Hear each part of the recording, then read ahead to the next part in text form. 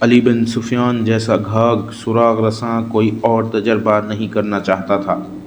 اس نے جرح اور شارجہ کے بیانوں پر فوری اعتبار نہ کیا، یہ بھی سازش کی ایک کڑی ہو سکتی تھی۔ اس نے دونوں کو الگ کر دیا اور ان سے اپنے انداز سے پوچھ گچھ کی۔ جرح دانش مند آدمی تھا، اس نے علی بن سفیان کو قائل کر لیا کہ اس نے جو بیان دیا ہے وہ لفظ بلفظ درست ہے۔ اس نے کہا کہ ایک تو جذباتی پہلو تھا، اس لڑکی کی شکل و صورت اس کی مری ہوئی بہن سے ملتی جلتی تھی، اس لیے وہ اسے اچھی لگی اور وہ اسے اپنے گھر بھی لے جاتا اور زخمی کے مکان میں بھی اس کے ساتھ زیادہ وقت بیٹھا رہتا تھا۔ جرح نے بتایا کہ اس کے اس سلوک سے لڑکی اتنی متاثر ہوئی کہ اس نے اپنے کچھ شکوک اس کے سامنے رکھ دیے۔ یہ اس لڑکی کا دوسرا پہلو تھا جس پر جرح نے زیادہ توجہ دی۔ لڑکی مسلمان تھی، لیکن معلوم ہوتا تھا کہ اس پر بڑے ہی خطرناک اثرات جو باہر سے آئے تھے کام کر رہے تھے۔ جرح نے اس کے ذہن سے یہ اثرات صاف کر دیے۔ لڑکی چونکہ پسماندہ ذہن کی تھی، صحرا کے دور دراز گوشے کی رہنے والی تھی، اس لیے اس کے ذہن میں جو کچھ ڈالا گیا وہ اسی کو صحیح سمجھتی تھی۔ اس کی باتوں سے یہ انکشاف ہوا کہ اس کے علاقے میں اسلام کے منافی اثرات اور صلاح الدین ایوبی کے خلاف تخریب کاری زور شور سے اور بلا روک ٹوک جاری ہے۔ شارجہ سے علی بن سفیان نے کوئی بیان نہیں لیا، اس پر سوال کرتا رہا اور اس کے جوابوں سے ایک بیان مرتب ہو گیا۔ اس نے فرعونوں کے اس کھنڈر کے متعلق وہی انکشاف کیا جو بیان کیا جا چکا تھا۔ وہ بھی اس کھنڈر کے اس پراسرار آدمی کی معتقد تھیں جس کے متعلق کہا جاتا تھا کہ گناہ گاروں کو نظر نہیں آتا اور اس کی صرف آواز سنائی دیتی ہے۔ شارجہ نے بتایا کہ اس کا بھائی فوج میں تھا اور وہ گھر میں اکیلی رہتی تھی۔ اسے گاؤں کے کچھ لوگوں نے کہا تھا کہ وہ اس کھنڈر میں چلی جائے کیونکہ وہ مقدس انسان خوبصورت کنواریوں کو بہت پسند کرتا ہے۔ شارجہ پر علی بن سفیان کی ماہرانہ جرح سے لڑکی کے سینے سے یہ راز بھی نکل آیا کہ اس کے گاؤں کی 3 کنواری لڑکیاں اس کھنڈر میں چلی گئی تھیں، پھر واپس نہیں آئیں۔ ایک بار اس کا بھائی گاؤں آیا تھا، شارجہ نے اس سے پوچھا کہ وہ کھنڈر چلی جائے، بھائی نے اسے منع کر دیا تھا۔ شارجہ اچھی طرح بیان تو نہ کر سکی، لیکن یہ پتہ چل گیا کہ مصر کے جنوب مغربی علاقے میں کیا ہو رہا ہے۔ جرح کے متعلق لڑکی نے بتایا کہ اسے اگر گاؤں میں لے جاتے اور قید میں ڈال دیتے تو وہاں سے بھی وہ اسے اپنی جان کی بازی لگا کر آزاد کرا دیتی۔ اس کا جب بھائی مر گیا تو اس نے گاؤں تک جانے کا ارادہ ترک کر دیا اور تہیہ کر لیا کہ وہ جرح کو یہیں سے آزاد کرائے گی۔ ان 4 مجرموں کو وہ اپنا ہمدرد سمجھا کرتی تھی، لیکن جرح نے اسے بتایا تھا کہ یہ اللہ کے بہت بڑے مجرم ہیں۔ ان کے متعلق اسے یہ بھی پتہ چل گیا تھا کہ انہیں اس کے بھائی کے ساتھ ہمدردی نہیں بلکہ اس راز سے دلچسپی تھی جو اس کے پاس تھا، اسی لیے انہوں نے اسے مار دیا۔ علی بن سفیان نے اس سے پوچھا کہ وہ اب کیا کرنا چاہتی ہے اور اپنے متعلق اس نے کیا سوچا ہے۔ اس نے جواب دیا کہ وہ ساری عمر جرح کے قدموں میں گزار دے گی اور اگر جرح اسے آگ میں کود جانے کو کہے گا تو وہ کود جائے گی۔ اس نے اس پر رضامندی کا اظہار کیا کہ وہ کھنڈر تک جانے والوں کی رہنمائی کرے گی اور اپنے علاقے کے ہر اس فرد کو پکڑوائے گی جو مصر کی حکومت کے خلاف کام کر رہا ہے۔ علی بن سفیان کے مشورے پر فوج اور انتظامیہ کے اعلیٰ حکام کا اجلاس بلایا گیا اور صورتحال تقی الدین کے سامنے رکھی گئی۔ سب کا یہ خیال تھا کہ تقی الدین مصر میں نیا آیا ہے اور اتنی بڑی ذمہ داری بھی اس کے سر پر پہلی بار پڑی ہے، اس لیے وہ محتاط فیصلے کرے گا اور شاید کوئی خطرہ مول نہ لینا چاہے۔ اجلاس میں بیشتر حکام نے اس پر اتفاق کیا کہ چونکہ اتنے وسیع علاقے کی اتنی زیادہ آبادی گمراہ کر دی گئی ہے، اسی لیے اس آبادی کے خلاف کارروائی نہ کی جائے۔ مسئلہ یہ تھا کہ کھنڈرات کے اندر کے جو حالات معلوم ہوئے تھے ان سے ظاہر ہوتا تھا کہ وہاں سے ایک نیا عقیدہ نکلا ہے جسے لوگوں نے قبول کر لیا ہے، لہٰذا یہ لوگ اپنے معبد اور عقیدے پر فوجی حملہ برداشت نہیں کریں گے۔ اس کا حل یہ پیش کیا گیا کہ اس علاقے میں اپنے معلم، عالم اور دانشور بھیجے جائیں جو لوگوں کو راہ راست پر لائیں، ان کے جذبات کو مجروح نہ کیا جائے۔ اجلاس میں ایک مشورہ یہ بھی پیش کیا گیا کہ سلطان ایوبی کو صورتحال سے آگاہ کیا جائے اور ان سے حکم لے کر کارروائی کی جائے۔ اس کا مطلب یہ ہے کہ آپ انسانوں سے ڈرتے ہیں، تقی الدین نے کہا، اور آپ کے دل میں خدا اور اس کے رسول کا ڈر نہیں جن کے سچے مذہب کی وہاں توہین ہو رہی ہے۔ امیر مصر اور سالار اعلیٰ کو خبر تک نہیں دی جائے گی کہ مصر میں کیا ہو رہا ہے، کیا آپ اس سے بے خبر ہیں کہ وہ میدان جنگ میں کتنے طاقتور دشمن کے مقابلے میں سینہ سپر ہیں؟ کیا آپ صلاح الدین ایوبی کو یہ تاثر دینا چاہتے ہیں کہ ہم سب 2-4 ہزار گناہ گاروں اور دشمنان دین سے ڈرتے ہیں؟ میں براہ راست کارروائی کا اور بڑی ہی سخت کارروائی کا قائل ہوں۔ گستاخی معاف امیر محترم، ایک نائب سالار نے کہا، صلیبی ہم پر یہ الزام عائد کرتے ہیں کہ اسلام تلوار کے زور سے پھیلایا گیا ہے۔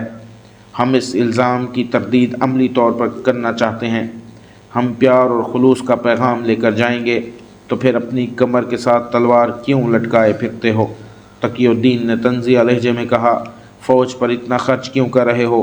کیا اس سے یہ بہتر نہیں کہ ہم فوج کو چھٹی دے دیں اور ہتھیار دریائے نیل میں پھینک کر مبلغوں کا ایک گروہ بنا لیں اور درویشوں کی طرح گاؤں گاؤں کریا کریا دھکے کھاتے پھریں؟ تقی الدین نے جذباتی لہجے میں کہا، اگر رسول خدا صلی اللہ علیہ وآلہ وسلم کے پیغام کے خلاف صلیب کی تلوار نکلے گی تو اسلام کی شمشیر نیام میں نہیں پڑی رہے گی، اور جب شمشیر اسلام نیام سے نکلے گی تو ہر اس سر کو تن سے جدا کرے گی جو کلمہ رسول کے سامنے جھکنے سے انکار کرتا ہے، وہ ہر اس زبان کو کاٹے گی جو کلمہ حق کو جھٹلاتی ہے۔ صلیبی اگر یہ الزام عائد کرتے ہیں کہ ہم نے اسلام تلوار کے زور پر پھیلایا ہے تو میں ان سے معافی مانگنے کے لیے تیار نہیں ہوں۔ سلطنت اسلامیہ کیوں سکڑتی چلی آ رہی ہے؟ خود مسلمان کیوں اسلام کے دشمن ہوئے جا رہے ہیں؟ صرف اس لیے کہ صلیبیوں نے عورت اور شراب سے، زر و جواہرات اور ہوس اقتدار سے اسلام کی تلوار کو زنگ آلود کر دیا ہے۔ وہ ہم پر جنگ پسندی اور تشدد کا الزام عائد کر کے ہماری عسکری روایات کو ختم کرنا چاہتے ہیں، کیونکہ وہ ہمارے خلاف لڑ نہیں سکتے۔ ان کے بری لشکر اور بحری بیڑے ناکام ہو گئے ہیں، وہ ہمارے درمیان تخریب کاری کر رہے ہیں، اللہ کے سچے دین کی جڑیں کاٹ رہے ہیں، اور آپ کہتے ہیں کہ ان کے خلاف تلوار نہ اٹھاؤ۔ غور سے سنو میرے دوستو، صلیبی اور آپ کے دوسرے دشمن آپ کو محبت کا جھانسا دے کر آپ کے ہاتھ سے تلوار لینا چاہتے ہیں۔ وہ آپ کی پیٹھ پر وار کرنا چاہتے ہیں۔ ان کا یہ اصول محض ایک فریب ہے کہ کوئی تمہارے ایک گال پر تھپڑ مارے تو دوسرا گال آگے کر دو۔ کیا تم میں سے کوئی ایسا ہے جسے یہ معلوم نہیں کہ کرک میں وہ مسلمان آبادی کا کیا حشر کر رہے ہیں؟ کیا آپ نے شوبک فتح کر کے وہاں مسلمانوں کا بیگار کیمپ نہیں دیکھا تھا؟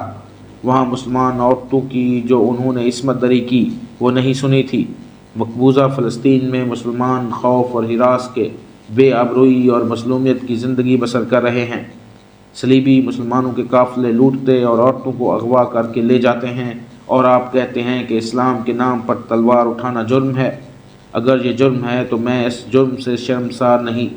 صلیبیوں کی تلوار نہتوں کو کاٹ رہی ہے، صرف اس لیے کہ وہ اللہ اور اس کے رسول کے نام لیوا ہیں، صلیب اور بتوں کے پجاری نہیں۔ تمہاری تلوار صرف وہاں ہاتھ سے گر پڑنی چاہیے جہاں سامنے نہتے ہوں اور ان تک خدا کا پیغام نہ پہنچا ہو۔ ہمیں اس اصول کا قائل نہیں ہونا چاہیے کہ لوگوں کے جذبات پر حملہ نہ کرو۔ میں نے دیکھا ہے کہ عرب میں چھوٹے چھوٹے مسلمان حکمران اور نااہل امراء لوگوں کو خوش کرنے کے لیے بڑے دلکش اور دلوں کو موہ لینے والے الفاظ استعمال کرتے ہیں۔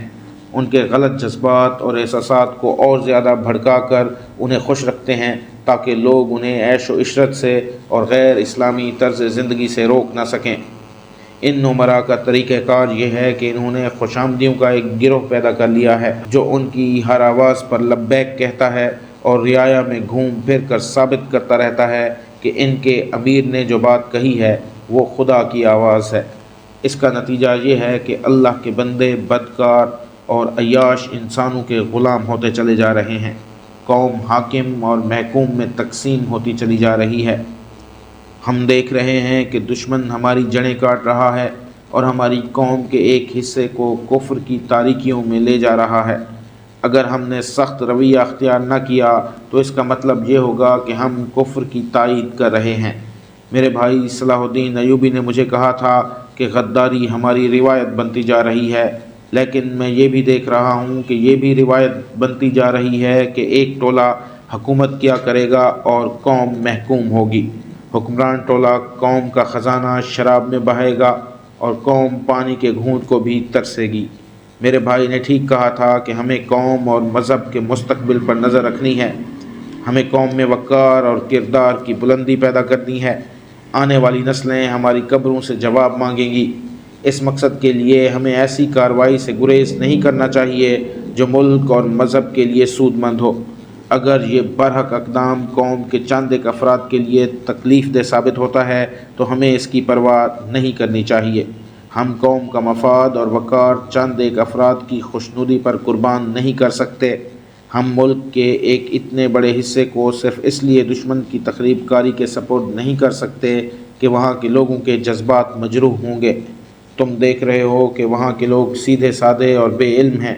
انہیں اپنے وہ مسلمان بھائی جو قبیلوں کے سردار ہیں اور مذہب کے اجارہ دار ہیں دشمن کا اعلی کار بن کر گمراہ کر رہے ہیں۔ اجلاس میں کسی کو توقع نہیں تھی کہ تقی الدین کا رد عمل اتنا شدید اور فیصلہ اتنا سخت ہوگا۔ اس نے جو دلائل پیش کیے ان کے خلاف کسی کو جرأت نہ ہوئی کہ کوئی مشورہ ہی پیش کرتا۔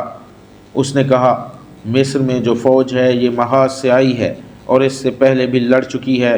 اس فوج کے صرف 500 گھڑ سوار، 200 شتر سوار اور 500 پیادہ آج شام اس علاقے کی طرف روانہ کر دو جہاں وہ مشکوک کھنڈرات ہیں۔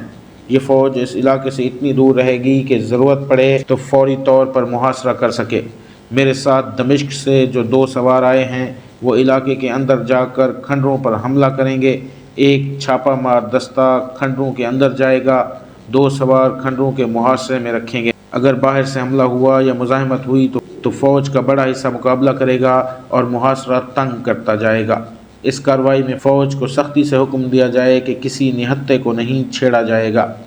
اس فیصلے کے فوراً بعد فوجی حکام کوچ، حملے اور محاصرے وغیرہ کا منصوبہ تیار کرنے میں مصروف ہو گئے۔ آج کی قسط اختتام کو پہنچی۔ اگلی اقساط کے لیے دیکھتے رہیے ہمارا چینل داستان سرائے۔ شکریہ۔